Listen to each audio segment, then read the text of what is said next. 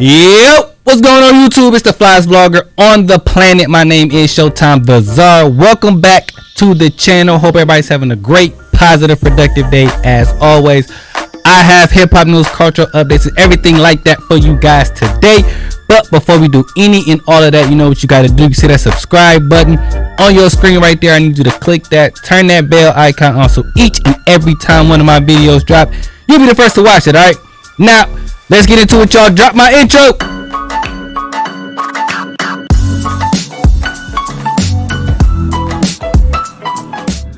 Alright guys, so the first thing I want to talk with you about today is Omarion and Lil Fizz. They made amends, so to speak. So Lil Fizz got on stage during the Millennium Tour. I forget what city it was in, but then apologized publicly to Omarion for his involvement with Omarion's baby mama, Apryl. Now, here's my thing about that whole situation. You guys saw how that played out, right? There were incidents where Lil Fizz publicly was saying him and Omarion not brothers, they not this, they not that. Now he gets on stage and apologizes. I don't know if I'm accepting that apology, man, just because I feel like he knew. You know what I'm saying? Like, you knew what you was doing was not okay. You know what I'm saying? I feel like you tried to make it something that it wasn't by saying that you and him weren't brothers, like, or y'all wasn't close as we making it seem. Like, there's no way you not close with that man, bro. There's no way. Y'all was on tours together, y'all was making songs together, y'all was spending countless upon countless hours in the studio together. It's like, bro, you hang out with somebody like that, y'all at least damn near cousins or something, man. Like, y'all not, I don't believe you when you say that y'all wasn't close. So you for some reason decided that that relationship with Apryl was more important than the relationship you got with Omarion. Now, if I'm Omarion, I'm not gonna tell that man how to feel about it. I'm not gonna tell him what he should do, but I don't know if I would accept that. You know, it's one thing if you didn't know, but you knew.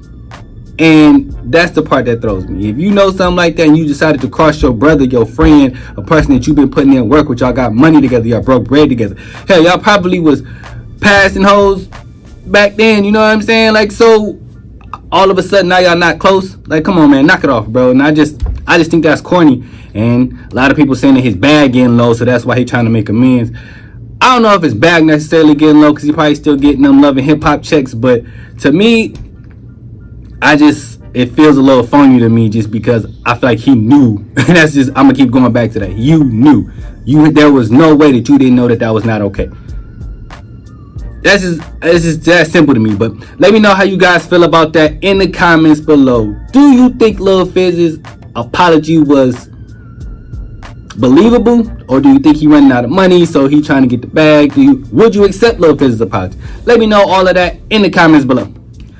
Alright guys, on to the next subject here. Now, LeBron James said recently that he and his family had got the vaccine. And he was at a press conference and they asked him, you know, how does he feel about the vaccine? And should he, you know, does he feel like he should encourage other players around the league to take the vaccine? And LeBron James' answer was simply, we're talking about somebody's bodies here. So I did it for me and my family after doing the research. So they got to do what's best for their family. Now, Ernis Kanter decided that didn't sit right with him, because he feels like LeBron is the face of the league and that he should be encouraging people to go get the vaccine just because he's the leader of the NBA. I disagree with that, only because I feel like what's best for LeBron might not be best for AD, might not be best for Steph. So Ernis Kanter, I just think you're putting what you believe on LeBron, and that's not fair. That's not LeBron's responsibility to tell you what you should do with your body. And that's too much pressure on one person. That's too much responsibility on one person, I should say. That's not, he don't need that. You know what I'm saying? His job is to play basketball, take care of his family, and take care of his community.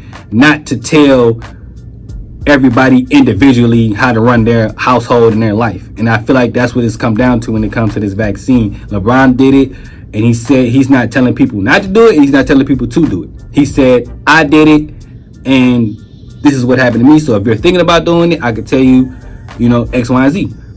But if you don't want it, I understand it, and I'm not going to tell you or make you feel any less than because you didn't get it. And I just think Ernis Kanter is out of pocket for saying that, you know, LeBron should do that. He should encourage people to get the vaccine. But a lot of people are anti-vaccine for religious reasons. So you saying that they should get it, forget their religion, and just get, you know, the vaccine to play basketball? Like, I don't know, man. That's just weird to me. So while I understand, I respect your decision, Ernis Kanter, or respect what you're saying, I also just don't agree with you telling somebody else that because you are the biggest player in the NBA, it's your responsibility to make sure that people are doing this for their bodies. However, everybody don't agree with it. Let me know what you guys feel about that in the comments below. Do you agree with Ernis Kanter? Do you agree with LeBron James? Let me know all that in the comments below. Alright guys, and the last thing I want to discuss with you guys today before I get up out of here. So Meek Mill's album Exensive Pain dropped over the weekend. And Meek Mill sent out a tweet saying that he feels like this is his best project, and he feels like this is his most complete project, had the best rollout. And I disagree with Meek on that. I disagree with Meek because I feel like I listened to most of it, and while it's good, it's not, to me, his best work. I feel like a lot of artists, their best work happens when they go through things. You know, to me, Championships was a better album than this because Meek Mill had that whole situation with him and that judge and how she was trying to keep him locked up, and his bail was just crazy amounts, and it was a whole thing, and he was expressing how he felt about that judge who was a black woman that tried to keep him locked down. And I just think in that process, in that situation, all of that got displayed in his music, which made for a phenomenal album in my opinion. And while Exensive Pain is good, I just don't think it had that same feeling, that same, because you heard that he was hurt by that.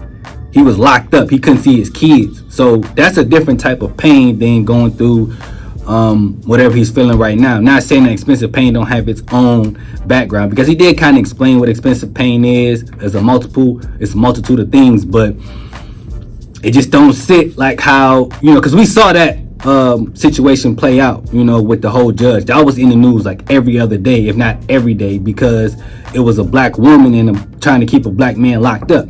And at the time, Kim Kardashian was helping getting black men out of jail, so it was a whole lot going into that. And then Meek Mill was getting help from Jay-Z and the 76ers owner. So it was a lot going on with that situation, man. And we saw how that affected Meek Mill, and he put it in his music. So while I'm not saying that that's not happening with Exensive Pain, maybe after a couple more listens, I, you know, can say how it matches up against Championships. But right now, Championships for me is one of Meek Mill's top 3 albums. But let me know how you guys feel about that in the comments below. Have you listened to Exensive Pain? Is this one of Meek Mill's best albums? Is this his best album? Let me know all that in the comments below.